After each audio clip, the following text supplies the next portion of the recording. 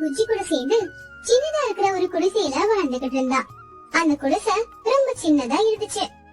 பாவம் அந்த வீட்டுல வாழ்றதுக்கு அவங்களுக்கு எந்த விதமான வசதிகளும் இருக்கல. மழை காலம் வந்துச்சுன்னா போதும், நேர மழை தண்ணி அவங்க வீட்டுக்குள்ளேயே வந்துரும். அது மட்டும் இல்லாம தண்ணியில நிறைய பூச்சி போட்டு அடிச்சுக்கிட்டு வரும்.